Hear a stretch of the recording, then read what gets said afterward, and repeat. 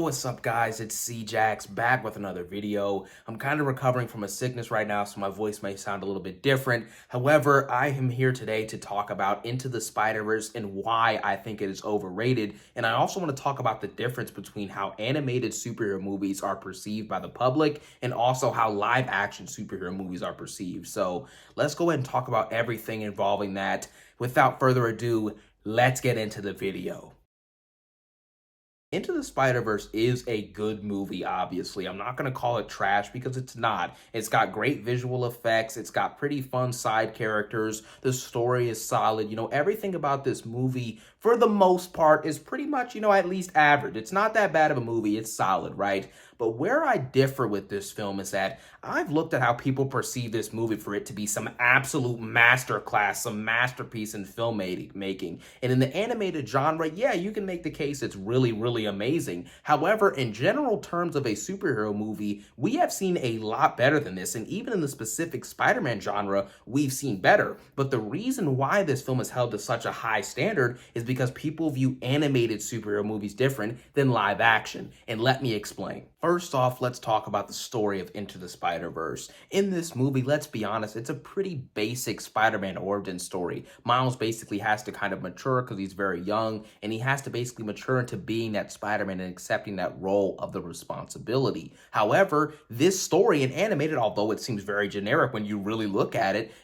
this is going to be viewed by most people as amazing, like it is viewed as amazing by most people, but it's really not. Why? Because, for example, with live action, I can name you multiple arcs that are better in specifically the Spider-Man genre alone. Tom Holland in No Way Home, I don't even like his Spider-Man, but in the movie, he overcomes grief, he overcomes vengeance, and he actually matures because we've seen him start in Homecoming and where he is now, and he finally accepts the responsibility of being Spider-Man. It's deeper, it's more fleshed out, there's more emotion with that. And another example of story is even Andrew in TASM 1, for example. We get to see the maturation of him because he starts off as a naive and arrogant teen. He's a brash teenager. Then he gets his powers and he's motivated by getting revenge for Uncle Ben. And by the end of the movie, he has finally accepted his full responsibility of Spider-Man, and he's also let go of that revenge, and he's become a full-on hero, something that he was nothing close to at the beginning of this movie. You see the step-by-step development of these characters, with Tom and Andrew, for example, because the movie gave you time to do it, and the writing was stronger because it was required to be stronger. Miles doesn't need to go on a deeper arc where you see where he starts being completely drastic to where he is by the end of it, and you don't get to see those, those real dips and turns, at least as many as Andrew and Tom had in their movies. But you see, with an animated movie, nobody's really looking for a deeper and more interesting and emotional character arc. That's why Tom Holland's Spider-Man's arc in No Way Home, for example, like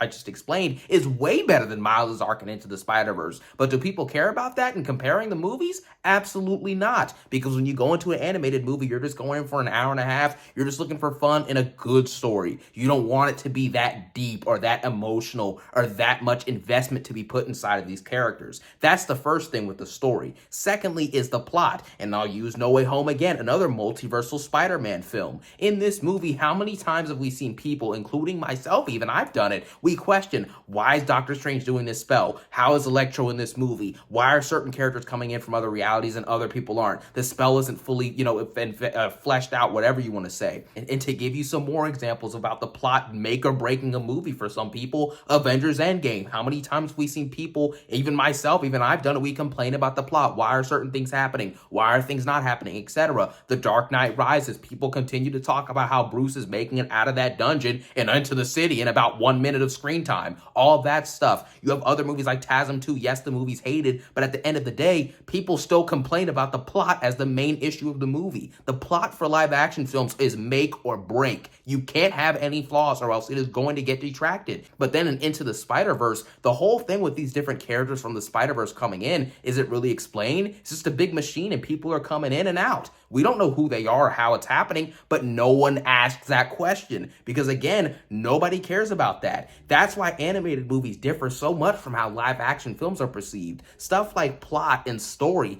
people aren't looking for those things to be that great in an animated movie. So when they're just good, it already shocks everybody and they're satisfied with it. But in live action, you really have to hit that nail on the head. And another thing about these films are the side characters. Spider-Gwen and Into the Spider-Verse, for example, you have Miles' mom, you have Miles' dad. Are you really gonna tell me, even his uncle, are you really gonna tell me that they're better than Sally Field's Aunt May? Really? You know what I mean? Uncle Ben from the TASM movies or the Raimi movies. James Franco's Harry Osborn, who goes on a phenomenal arc in the Raimi trilogy. Emma Stone's Gwen Stacy, her chemistry with Andrew Garfield is light years better than anything we saw from Miles and Gwen. Heck, even the main villain of Into the Spider-Verse, Kingpin, is he better than Willem Dafoe's Green Goblin, Alfred Molina Doc Ock, Vulture in the MCU, etc.? No. They're not better because they're not required to be. All these characters need to be are just average side characters to be there with Miles. In the Raimi movies, Uncle Ben's death is heartbreaking. You feel that emotion and it causes Toby's character to grow. In TASM 1, Uncle Ben's death is heartbreaking, and Andrew's performance makes that scene more sad because live action films also have the advantage of performances. There's no amazing voice acting performances in Into the Spider-Verse or some incredible moment. There's nothing like that when it comes to the voice acting. In live action, you have movies where really are made or broken depending on the performances. Black Adam I enjoy, but for some people, The Rock's performance in this movie ruins it. The Dark Knight, Heath Ledger's performance as Joker, for some people, completely makes that movie. The live action films have a lot more difficulty, or at least they have a difficult threshold to hit when it comes to performances. All you got to do in an animated movie is just have a good or average voiceover and you're good to go. Andrew Garfield's scene with Uncle Ben is literally transformed into a massively emotional scene strictly off of his acting. And that is something that animated films cannot bring. They can't bring that same level of performance and they cannot bring that same level of emotion, at least with